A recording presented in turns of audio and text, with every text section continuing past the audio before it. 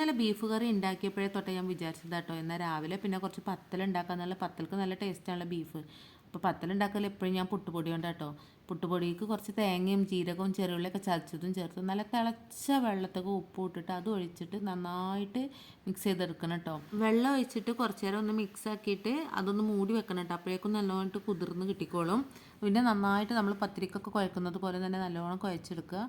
അത്യാവശ്യം വലിയ ഉരുളകളാക്കി എടുത്തിട്ട് അത് ഈ പ്രസ്സിൽ വെച്ചിട്ട് ഒന്ന് പ്രസ് ചെയ്തെടുക്കുക കേട്ടോ. കട്ടി കുറച്ചെടുക്കരുത്, നല്ല അത്യാവശ്യം നല്ല കട്ടി വേണം. നല്ല തിളച്ച എണ്ണയിലോട്ട് നമുക്ക് ഈ പത്തലിട്ട് കൊടുത്തിട്ട് ഒരു ഭാഗം ഇങ്ങനെ പ്രസ് ചെയ്ത് കൊടുത്താലും നല്ല പൊങ്ങി കിട്ടും കേട്ടോ. പത്തലുണ്ടാക്കുമ്പോൾ എപ്പോഴും നല്ല ഹൈ ഫ്ലെയിമിൽ തന്നെ ഉണ്ടാക്കുക കേട്ടോ, നല്ലത്. എന്നാലും നല്ല കളറിലും അതുപോലെ കിട്ടുള്ളൂ നമുക്ക്.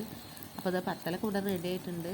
നമ്മൾ പത്തൽ തിരിച്ച് മറിച്ചിട്ട് ഈ ഒരു ഗോൾഡൻ ബ്രൗൺ കളറാകുമ്പോൾ നമുക്ക് കോരിയെടുക്കാം. അങ്ങനെ നമ്മുടെ ചൂട് പത്തലും ഇന്നത്തെ ബീഫ് കറിയും കൂട്ടി ഇന്നത്തെ ബ്രേക്ക്ഫാസ്റ്റ് അടിപൊളിയായിട്ടോ.